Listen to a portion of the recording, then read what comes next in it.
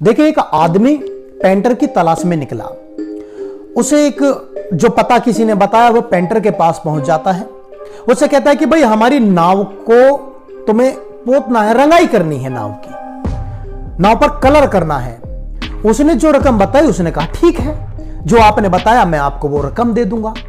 अब वह पेंटर नाव के पास पहुंचता है और उस नाव की रंगाई पुताई शुरू कर देता है। अपने ब्रश वगैरह निकालता है, उसको रंग बिरंगी कर देता है, जैसा कि वो नाव के मालिक ने उसे बताया था। अब जब पुताई कर रहा था तो उसने देखा कि नाव में एक होल है, नाव में एक छेद बना हुआ है। अब यह है पुतैया, यानी कि यह पेंटर क्या करता है कि उस होल की, उस छेद की मरम्मत कर देता है और अपना कार्य पूरा करके उस नाव के मालिक के पास पहुंचता है। जैसा तय हुआ था वैसी रकम वह उसको दे देता है। खुश होकर के वह अपने घर आ जाता है। अब होता क्या है, ट्विस्ट आगे आता है। अगले दिन शाम को वह व्यक्ति जिसकी नाव की वह पुताई करके आया था, जिसको रंग के आया था, कलर करके आया था, वह बैग लिए हुए और आंखों में आंसू और बड़ा गदगद भाव से उसके पास पहुंचता है और उससे कहता है कि यह छोटी सी भेंट है, इसे स्वीकार कर लो। वह उस बैग में देखता है कि उसने अपने जीवन की सारी पूंजी, जो भी उस पर जेवर वगैरह थे, जो धन वगैरह था, सब कुछ उसमें रखा हुआ था। और उसने कहा कि इसको स्वीकार कीजिए, ये मेरी तरफ से आपके लिए छोटी सी भेंट है। उस पेंटर ने कहा कि महोदय, मुझे तो आवश्यकता से अधिक आप पहले ही दे चुके हैं। बार्गेनिंग के लिए मैंने तो एक्स्ट्रा बताया था, आपने तो उसमें भी बार्गेनिंग नहीं की, वैसा का वैसा ही मुझे दे दिया। तो मैं तो संतुष्ट हूं अपने कार्य से, मुझे मेरी मेहनत से भी ज्यादा मिल गया है, फिर ये किस लिए है, मैं इसके योग्य नहीं हूं। तब उस व्यक्ति ने जो कहा, उसको सुनने की आवश्यकता है, उसको ध्यान से समझने की आवश्यकता है, उस पर मनन करने की आवश्यकता है। उसने कहा कि आप नहीं जानते कि आपने मेरे ऊपर कितना बड़ा उपकार किया है, मेरी कितनी बड़ी सहायता की है। अब पेंटर सोचने लगा कि यार, मैंने तो पेंट ही तो किया है, मैंने ऐसा कौन सा उपकार कर दिया। वह बोला कि आपने मेरी नाव में एक छेद था, उसको बंद कर दिया।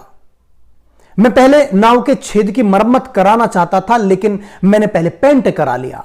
मैं आपको बताना भी भूल गया कि इसमें छेद है, और आपने बिना पूछे और बिना कुछ कहे उसकी मरम्मत कर दी और मुझसे कहा भी नहीं। तब उसने कहा कि आपने मुझे मुंह मांगी कीमत दी है, मैंने भी आपकी थोड़ी सी मदद कर दी, इसमें बताना उसमें क्या है।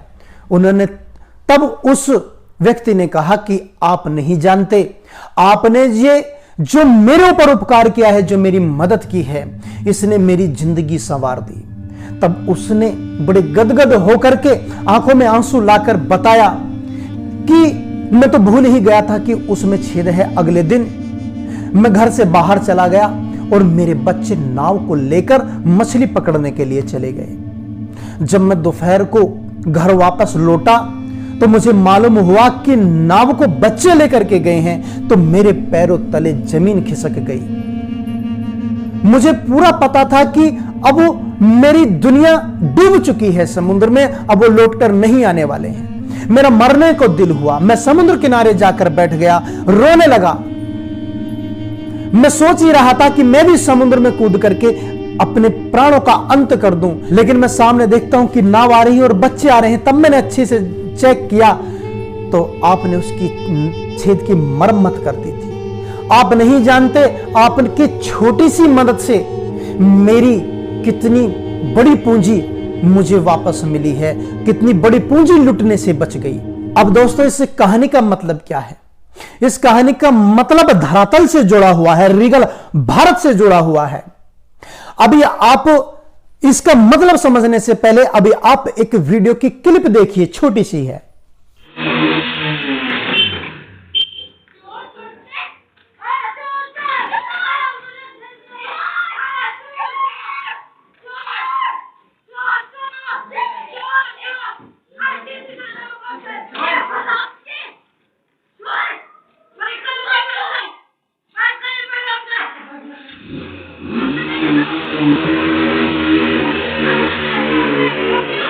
आपने कुछ देखा?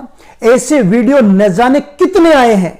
लोग चिल्ला रहे हैं मदद के लिए, लेकिन कोई मदद के लिए हाथ नहीं बढ़ा रहा है। इसका अंजाम, इसके परिणाम भुगतने पड़ रहे हैं। भारत दिशा चूक हो रहा है। भारत अपनी सभ्यता, अपनी संस्कृति को खोता जा रहा है। और इसके पीछे कारण जानते हैं क्या है? कहीं कोई चिल्ला रहा है मदद के लिए कि युवा भी आगे नहीं आ पाते हैं। इसका कारण है कि आज की पीढ़ी, आज के युवा वीर्यहीन हो रहे हैं, संस्कृति धूमिल हो रही है। सिनेमा जगत ने नाश कर दिया, रही सही कसर गलत सलत साइटों ने पूरी कर दी। इधर उधर की वीडियो देखते हैं, बेकार के फोटो वगैरह देखते हैं, सभी वीर्यहीन हो चुके हैं। इस सप्त धातु के महत्व को नहीं समझते हैं। अंदर की भावनाएं, अंदर का तेज मर चुका है। तो मित्रों, कहने का मतलब सिर्फ यही है कि अपने भारत को रीगल भारत बनाइए, अपने भारत को शाही भारत बनाइए। जो सत्य सनातन, जो हमारी संस्कृति है, जो हमारी सभ्यताएं हैं, उनको अपनाइए और भारत को विश्व गुरु बनाइए। भारत तभी विश्व गुरु बनेगा जब हम स्वयं उठ खड़े होंगे अपने अपने क्षेत्र में जहां खड़े हैं, अपने पूरे मनोयोग के साथ में। वीडियो का संदेश कैसा लगा कमेंट में जरूर बताएं, और वीडियो पसंद आया हो तो लाइक शेयर जरूर करें।